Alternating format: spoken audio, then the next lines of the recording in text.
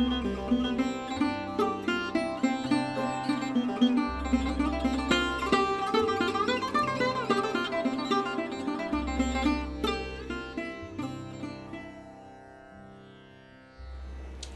and welcome everyone to this interview with this very talented sarod player, young Prithwidev Bhattacharyya, who it is my privilege to know, whose music has absolutely floored me. I hope he will play a little bit for us. And the focus of today's interview is actually his playing of Rabindra Sangeet, because Prithwidev is a trained classical sarod player. He started training from the age of 10, and he is a student of Pushpen De, who was a disciple of Buddhadev Dasgupta, and eventually he went on to study with Pandit Tejendra Narayan Majumdar. But there was something very historical or historic in his background, in the sense that Shiraz Ali Khan, Ali Akbar Khan Sahib's grandson, was his classmate at Patho Bhavan. And this friendship with the great maestro's grandson enabled Prithwidev to get an admittance into Ali Akbar Khan's household. And let me ask him what it was like. Prithwidev? Oh, what it was like, it was just like another day in school, and then coming back from school with Shiraz sometimes, and then going up to his house, which I didn't understand the gravity of where I am entering through those doors when I was entering for the first time. However, later on, they used to go to my heart, to their original house for a few days every year, and so that's what they did, and I actually tagged along with their family. That's wonderful. And which obviously even then I didn't understand the gravity of the situation of what I'm doing exactly, what I got myself into. Because it was so normal, because everything was so normal, because Shiraz's mother, she cooked for me, and she's like, how is it? Is it too hot? Is it too spicy? And it's absolutely normal. And Khan Sahib Dadu, as we used to, and everybody used to call him Baba, and so, we also called him. We didn't have an address like properly, sometimes Dadu, sometimes Baba, like that. So His father, Alauddin Khan, was also called Baba Alauddin Khan. of course, but none of that was very important there, and it's very normal. Everything is very. I was also sitting in that room where they used to practice back in time. Now I understand where I was sitting, but back then it was just another trip to Madhya Pradesh. That was it. Okay. Well, the point of today's discussion, however, is not really his classical talim, without which, however, he could not have played Rabindra Sangeet at the level that he plays, the extremely nuanced and meticulous renderings of Rabindranath's songs, where each swara brings out the beauty of the words that lie behind the swaras. So this exquisite combination of bhava and melody that one finds in his renderings of Rabindranath's songs. So the point of today's interview is really his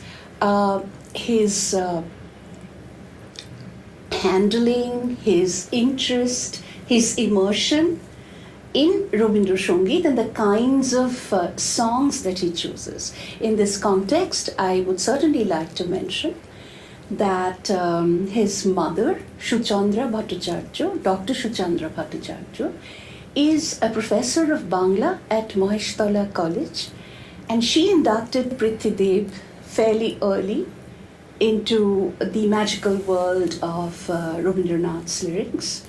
And his father is wonderful artist by the name of Shiv Shankar Bhattacharya. So let me ask Prithwidev about his, let's say, dialogic interface with Rabindra Sangeet.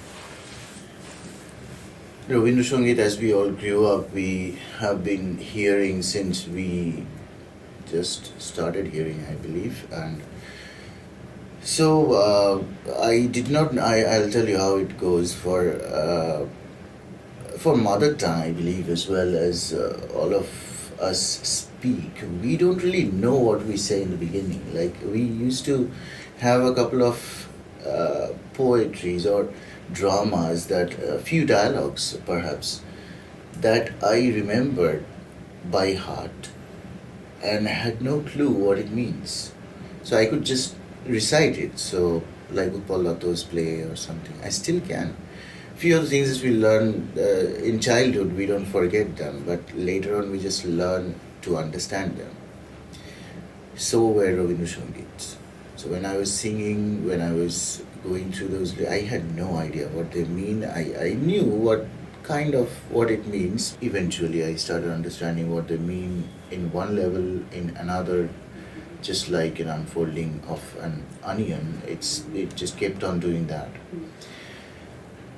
Rabindra Sangeet is such to me, and so I have learned it in different layers, and every single day I sing that song. Suppose Meg Bole Che Jabo Jabo, I'll find a new corner in that song, in that composition, every single time, and I'll come up with a different view, which if I go back to the first time, I probably knew nothing about it, but later on it started unfolding. That is how my household, or as I grew up with, as a Bengali, that's how I learned all the language, and Rabindra is a part of that.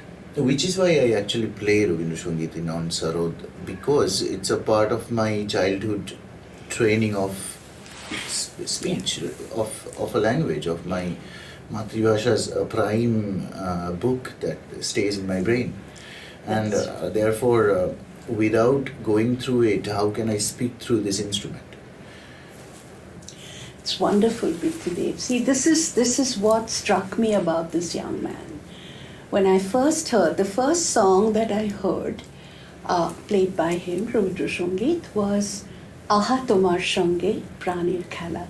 The link was sent to me by my student Chinuk Boshu, who heard me sing it to my nati, to my grandson, to calm him down. And she said, "Ma'am, eta shunben."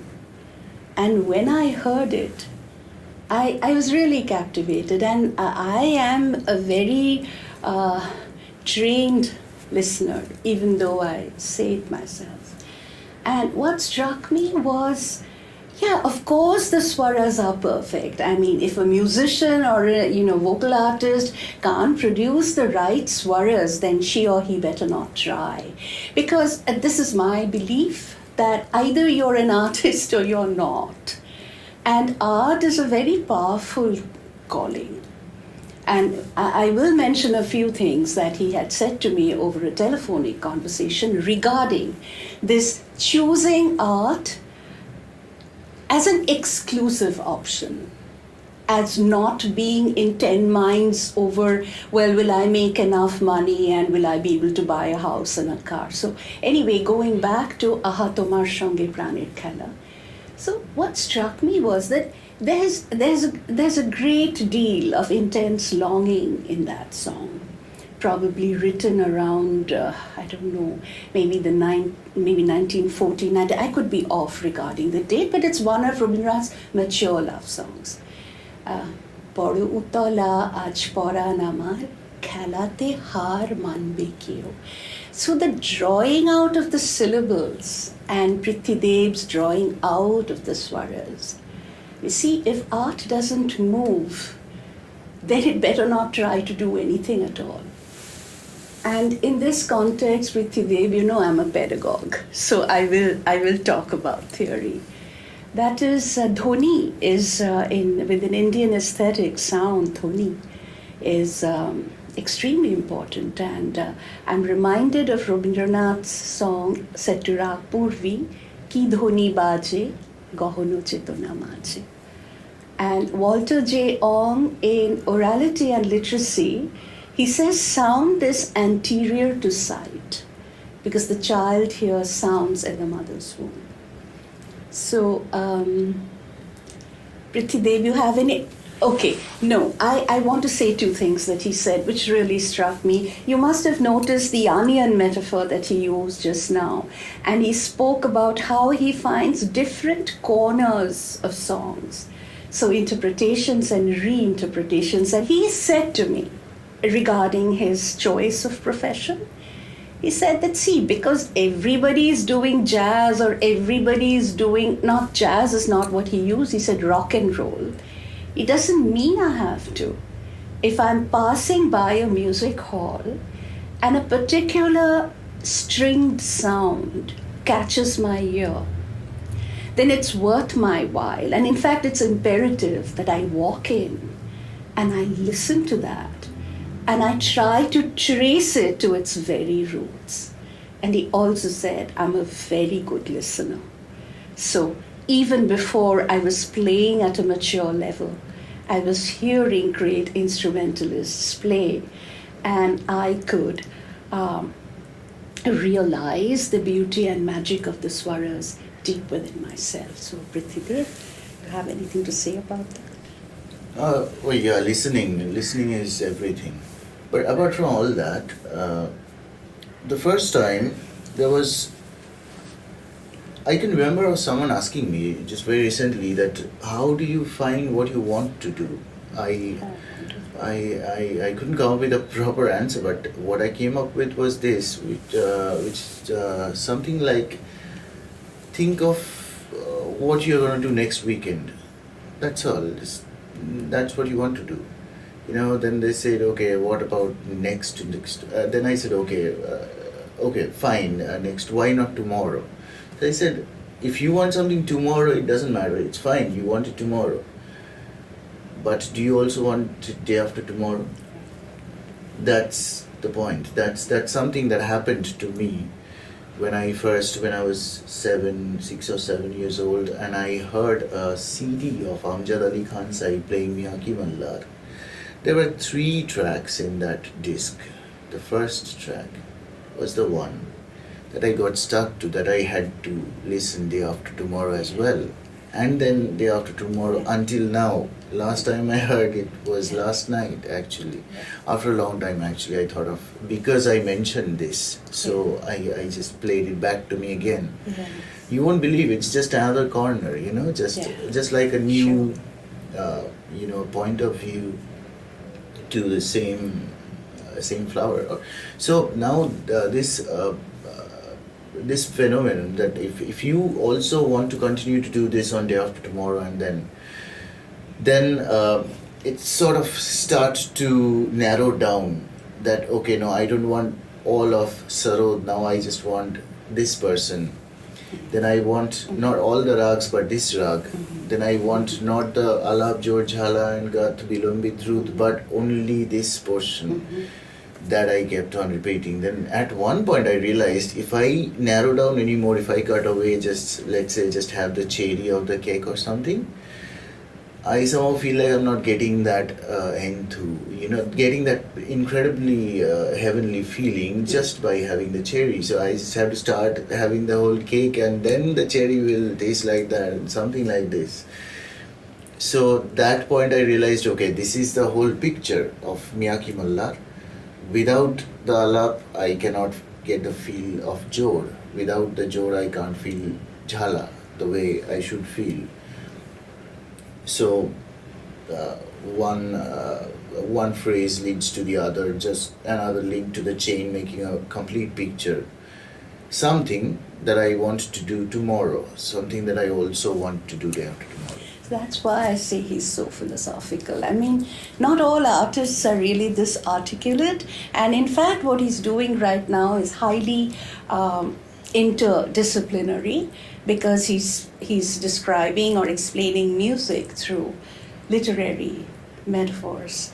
And the there's something I wanted to say to you in this regard. Yeah, it's like dismantling the whole to kind of reconstruct it again, so that it's like you've reached the heart of, you know, whatever it is, Yeah, the yeah, poem or yeah. the raga or Creation, yeah. the composition. Mhm.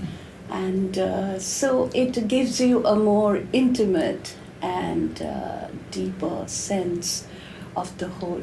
So, Prithwidev, would you play something for us now?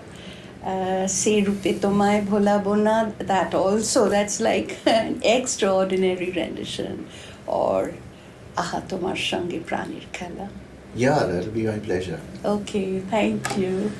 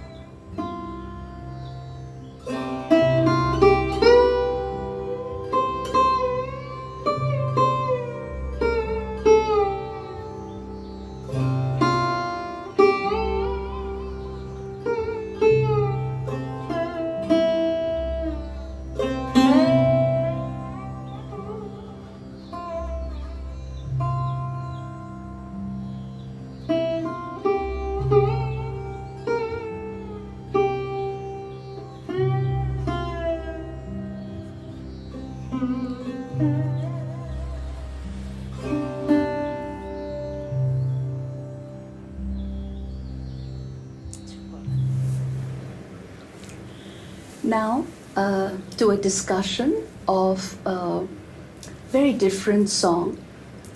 Rituparno Ghosh used it as a love song within the context of love in Naukadubi. But in the schema that is provided by the Gito Bigyan, Kar Milano Chao Birohi is categorized, classified as a puja song. I would like to read the translation of the song. Period 1909 to 1914 is a period of extreme spiritual questioning in Rabindranath's song oeuvre. And other songs belonging to this period are Megher Pore Megh Jomeche and also Shudhu Tomar Bani Noy Go, Hey Bondhu, Hey Priyo.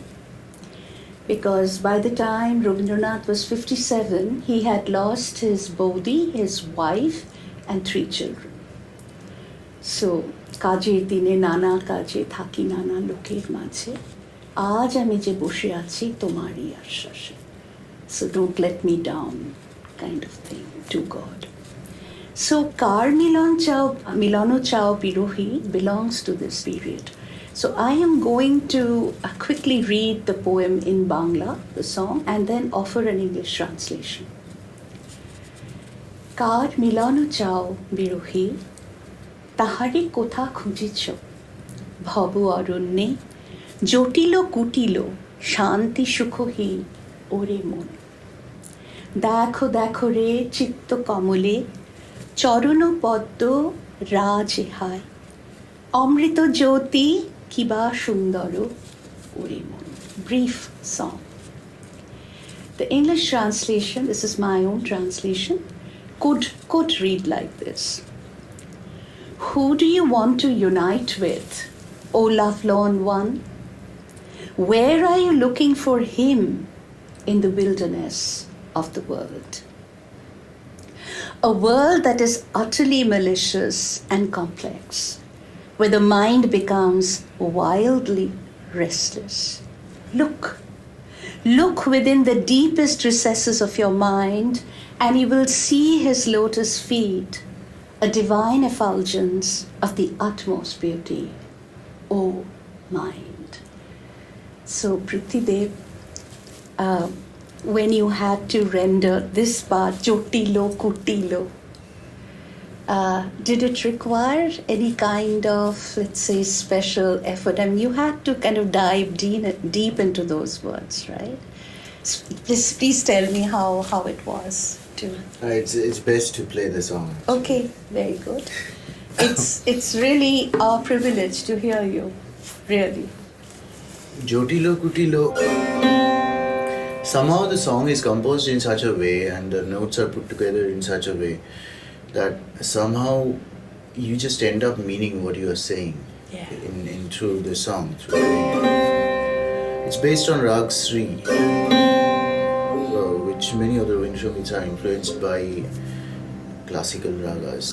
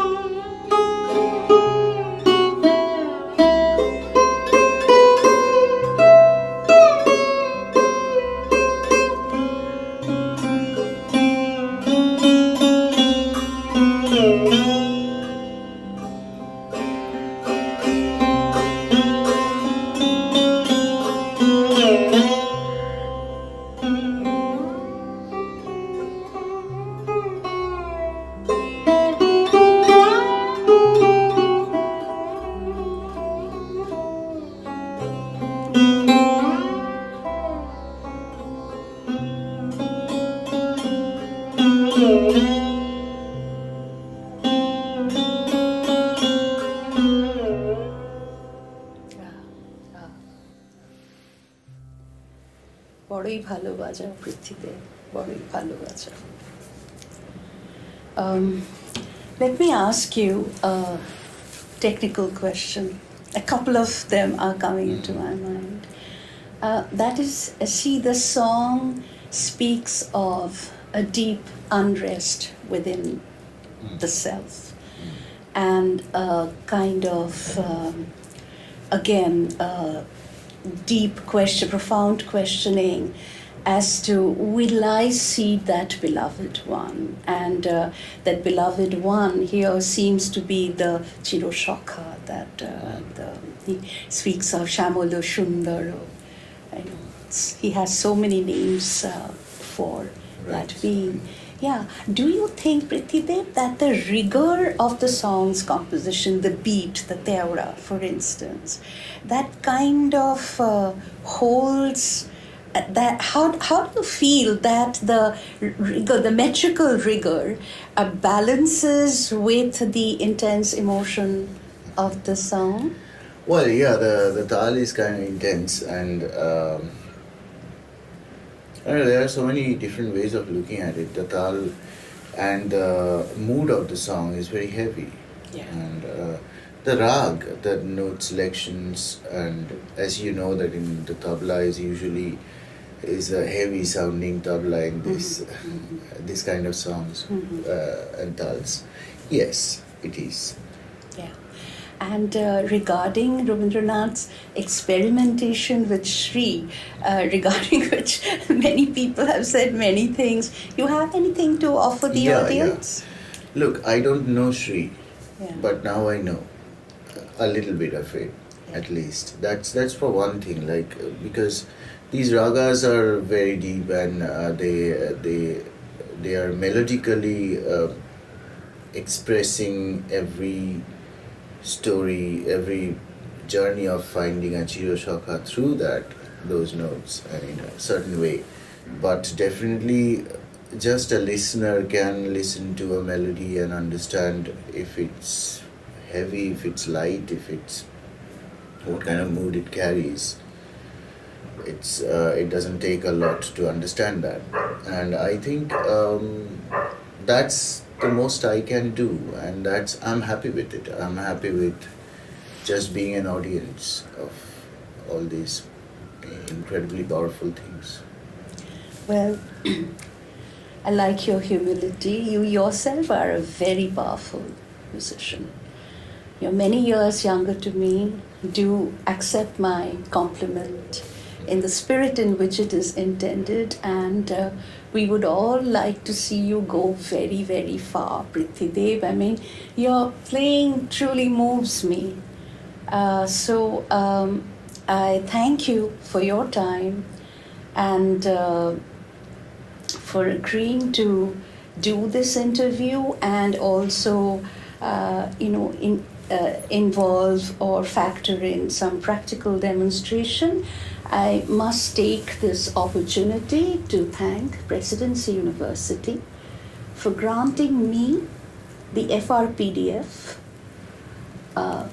with which this video is being made. And I would also, in the same breath, like to acknowledge my own gurus in Rabindra Sangeet, my mother, Sreemati Mukherjee, and my 90-year-old guru, the oldest practitioner of Rabindra Sangeet in Bengal today, Srimati Bibha Sengupta. Thank you, Prithwidev.